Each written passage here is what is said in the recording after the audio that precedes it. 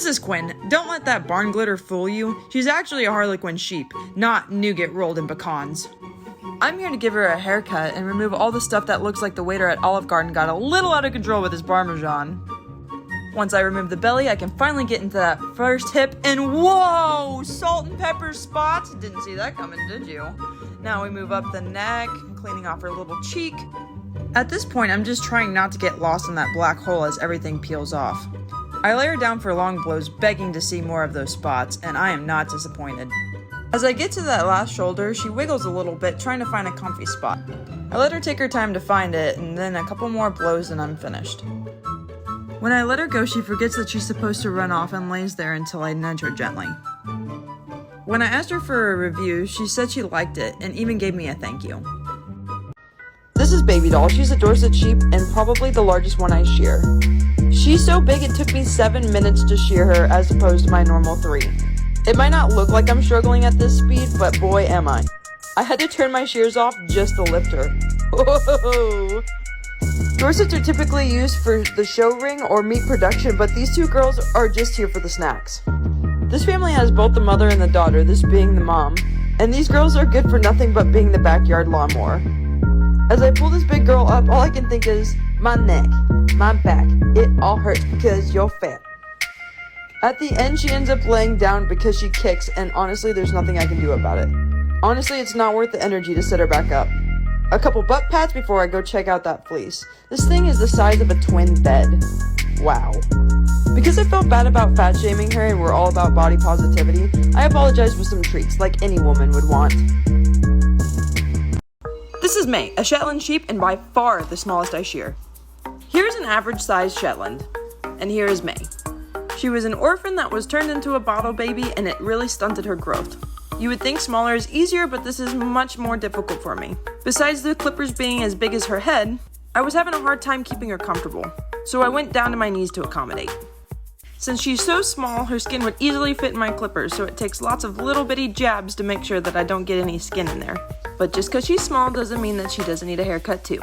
Here's a quick side comparison of a ram at the same place. Now finish up the long blow so I can get to the last side so this little girl can go play. She's so little she barely fits between my legs. Since we're talking about the smallest, we might as well talk about the biggest. And here he is, all 300 pounds. A few more cleanup swipes and May will be good to go. Cool for the summer heat. I think she likes it. Afterwards, I showed her my handiwork and I think she was impressed. This is Rachel. She's a well-loved Romney sheep and I'm here to help her lose some weight. I started off by removing the belly and then moving to the first hip. Romney sheep are known for their wool production. Wool is a protein that is grown by the body using food as energy. This girl is just a pet and has never had a baby, so all her energy is used to grow chunk and beautiful wool. This chunk makes it a little difficult to maneuver her. You can tell by the way that I have to do little bitty scoots just to turn her around. And now to my favorite part, the long blows, and wow is it gorgeous. This girl devotes a lot of energy to growing such a beautiful coat to keep her warm in the winter. But after we remove it for the summer heat, her owner will process it and spin with it by hand. If you look closely, you can see that this gorgeous wool has some beautiful crimp. That's the waviness in each lock and is an indication of how soft it is. Now we're done and she's looking fresh.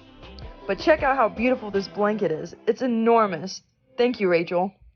Sam the Shetland, who lives in Colorado, is getting his first haircut in 3 years. He's a rescue sheep and I've been called to give him a fresh cut for the summer. And of course his buddy needed to watch. I start by taking 3 years of mats off his belt, then clean up his crutch before getting into that first hip.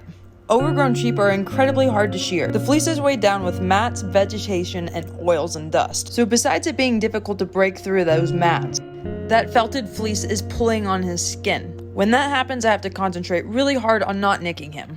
In the wild, sheep would shed their winter coats, but through domestication, humans have selected against that so that we could harvest their wool. If we do not shear wool sheep, the wool will never stop growing. This could lead to death by heat stroke or starvation. This fleece is enormous, and I know I wouldn't want to have to carry that around all summer. If you look at each fiber, you can see the years in it like rings in a tree. So next time, when somebody tells you sheep don't need to be shorn, tell them about, holy horny sheep, this guy needs a haircut. This is Peter, and he has 4 horns. He is a Jacob sheep, which typically have 4 horns, but can have up to 6 or 8. They're named after the story in the Bible of Jacob who raised spotted sheep, and as you can see, this guy does not disappoint on that front. Although his name is biblical, those wicked horns and spots remind me of a demon cow. Besides looking stunning, those horns have a different use. During combat, two male sheep will run full speed at each other and slam their heads together. Those horns are hard, and though they may be hurting me during shearing, me holding and maneuvering them does not hurt the animal. It's the safest way to make sure I don't end up with one in the gut. Looking good, my satanic stud muffin. A potato! Just kidding, he's a very chunky pet sheep who would like to be able to see again. So I'm here to peel him. This big boy that should have only taken about 3 minutes ended up taking over 7. So I just skipped right past the belly and showed you the first hip here. He's pretty hefty, so let me show you a comparison. This is a typical size for baby dolls. And this is our chunky boy. As you can see, he likes to store snacks on his back and in all the little crevices of his fiber. So I work really diligently to make sure I clean all of that up so it doesn't give him any issues. The discoloration on his back is from all that dirt itching and him neurotically scratching. Now he kinda got away from me, so I had to scoot him back into my machine so I could finish cleaning up his face. I have a hard time pulling him up because that chunky neck don't bend. But that's okay, we just accommodate.